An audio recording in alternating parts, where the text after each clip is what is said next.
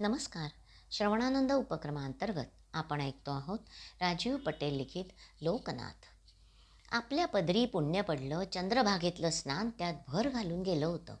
आनंद शेठ सर्वसामान्यांप्रमाणे सर्वांना मिठ्या मारत होते. सगळे भरून पावले होते.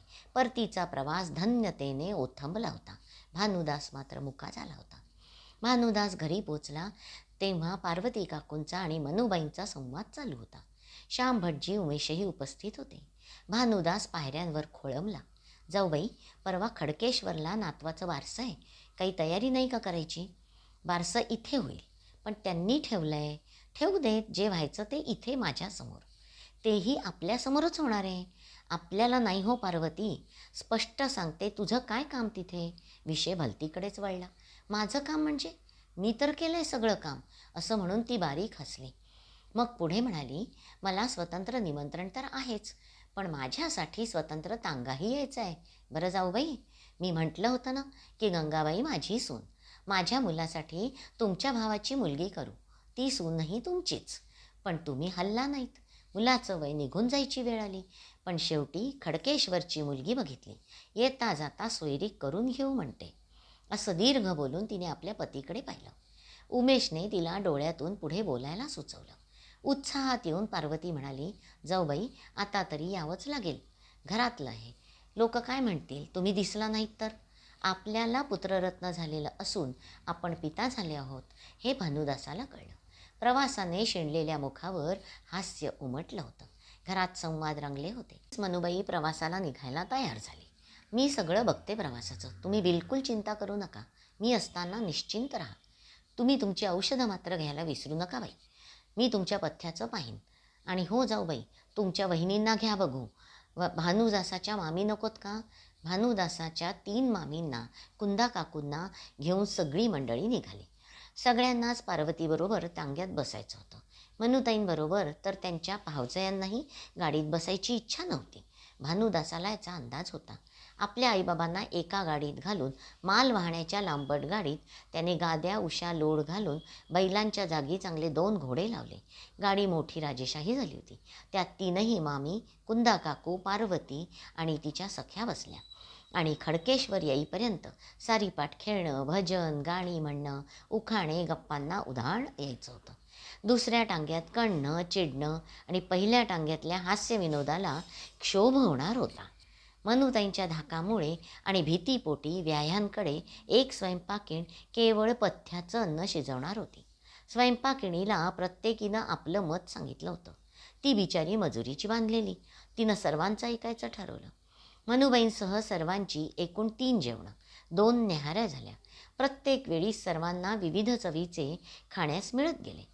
मनुताईंना कमी मिठाचं उकडलेलं अगोड अन्न मिळत गेलं. त्यांचा राग, संताप बाळाला पाळण्यात घालताना उसळून आला होता. 3रा प्रहर होता. मोठ्या दालनात सजून धजून बायका बसल्या होत्या.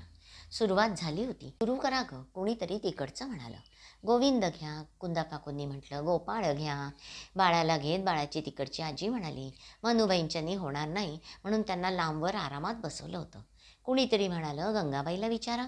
बाळसं चढलेली गंगाबाई म्हणाली, सूर्यनारायण. चूप. मनुबाई न राहून ओरडल्या. सर्वांसमोर अपमान वाटल्याने गंगाबाई मुसमुसू लागली. तिच्या माहेरच्यांच्या डोळ्यात अश्रू जमले. शांतता पसरली. पार्वतीनं आपल्या मुलाकरवी भानुदासाला सांगितलं. आनंद शेठही आले. भानुदास मोकळेपणाने बायकांना ऐकू जाईल असं म्हणाला, या सृष्टीचा करता कोण? श्रीनारायण. कुंदा काकू हसत हसत म्हणाल्या. मग चक्रपाणी कसं? उत्तम, नवीन नाव आहे.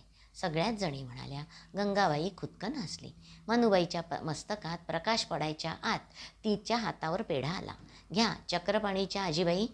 परतीच्या प्रवासात मनुबाई म्हणाल्या, पार्वती, मी तुमच्या टांक्यात येते. अहो जाऊबाई, या घोड्यांना नाही पाऊल. गाडी मालवा हो. तुमची हाडं खिळखिळी व्हायची. मग व्याह्यांकडच्या खाण्याचं माझ्या गाडीत ठेवा. काय काय दिलंय तेही बघते. ठेवलंय कधीच. एवढंच? ते मी काय सांगू. प्रवास सुरू झाला. उकडलेले बटाटे, उकडलेली रताळी, भाजल्या धान्याची पोळी, लाह्या, सातूचं पीठ, डबे टोपल्या मनुबाईंच्या गाडीत आल्या. मनुबाईंसोबत तेच अन्न श्यामबाजींना खावं लागे. त्यांचं खाणं झाल्यानंतर मग पार्वतीच्या टांग्यातले डबे उघडल्या गेले. आल्यावर मनुबाईंनी मधल्या भाऊजाईला म्हटलं, "काय हो वहिनी, तुमचं पोट भरलं का तिथे?" "भरलं का? अहो फुटायची पाळी आली. अजूनही भूक खुलली नाही आहे. काय खाल्लंत?" "माझ्या आयुष्यात इतकी विविध चविष्ट अन्न आणि पक्वान्न आम्ही खाल्लेलंच नाही. तुमचं पथ्य म्हणून तुम्हाला दिलं नसावं." भानुदासासमोर मनुबाईंनी तोंड उघडलं. भानुदास शांतपणे म्हणाला, "माझ्याच्याने नाही होणार. ही असली भाषा बंद कर. उठून कामाला लाग." राजगृहातील राण्या देखील आपल्या पतीचं आणि मुलांचं अन्न स्वतः शिजवतात. एक धनवान व्यापारी, त्याचे 2 मुनीम आणि 1 घोडागाडी आणि 5 सहस्त्र सैनिक पैठणात दाखल झाले होते. त्यांनी गोदावरीवर स्नान आटोपलं. चौकशी करीत ती मंडळी उमेशपंतांच्या निवासी आली. भानुदासाला यायला मध्यान्ह होईल म्हणून गावात फेरफटका मारण्याच्या निमित्ताने विणकरांच्या वस्तीत व्यापारी, त्यांचे मुनीम फिरू लागले. सगळे विणकर कार्यमग्न होते. सगळ्यांच्या मागावर उघड्या अंगानं माग चालवणारी मंडळी होती. मागाच्या खटकीसारशी त्या कारागिरांच्या हाताच्या हालचाली ठरल्या ठेक्यात चालल्या होत्या. त्यांचा स्नायू थिरकत होता.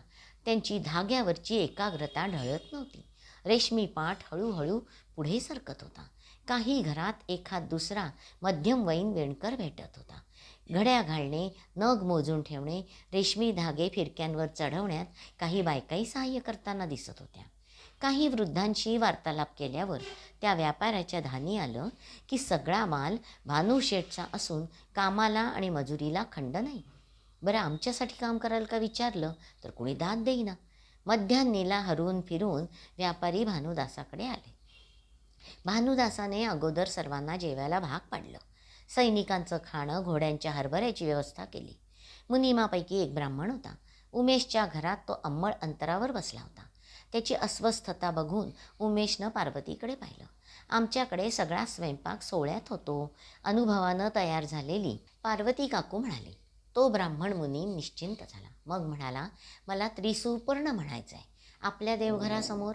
भानुदासानं उमेश काकांकडे दृष्टी फिरवली. उमेश काका म्हणाले, "यावे." शिसवी लाकडाचं कोरीव देवघर, बाळकृष्ण, शिवलिंग, जगन्मातेचा सुवर्णटाक, उजवा शंख, श्री गणेशाची सुबक चांदीची मूर्ती पितळी समयी मंद प्रकाश देत होती. देवघरात तुपाचा अखंड दिवा होता. पार्वती काकूंनी शिशवी पाट मांडला. रेशमी वस्त्राची घडी ठेवली. उमेशपंत म्हणाले, "भूदेवा, हे नूतन वस्त्र पाटावर अंथरून आपण बसा. आमची आठवण म्हणून आपण घेऊन जा." त्रिसुपर्ण सूक्त सुंदर म्हटलं गेलं. उपचार म्हणून काही वाक्यांची देवाणघेवाण झाली.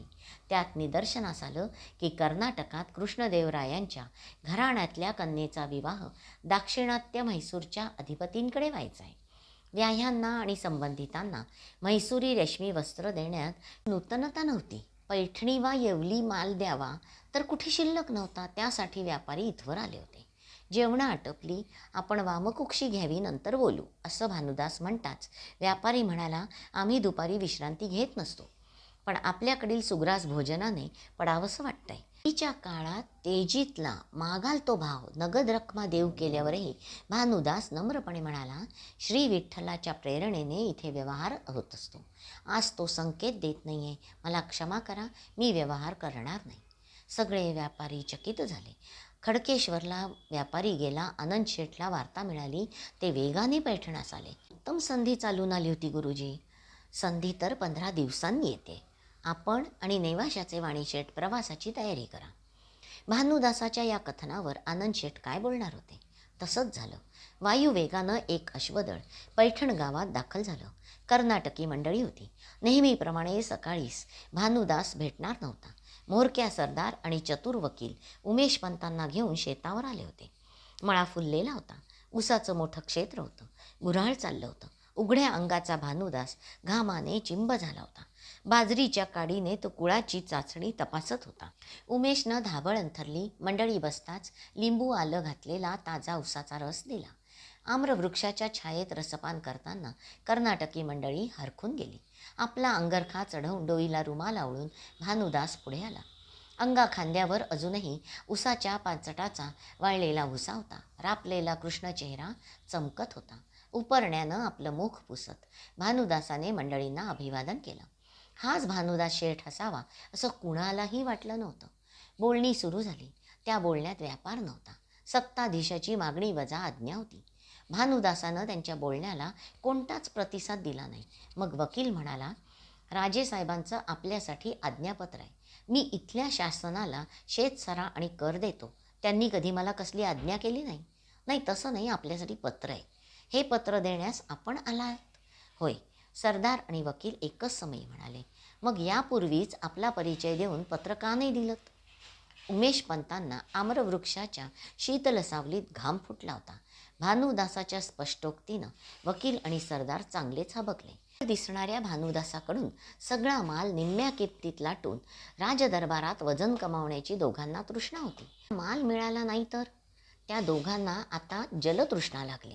प्रत्यक्ष राजमुद्रेसह असलेली पत्रात सौम्य आणि व्यवहाराची भाषा होती.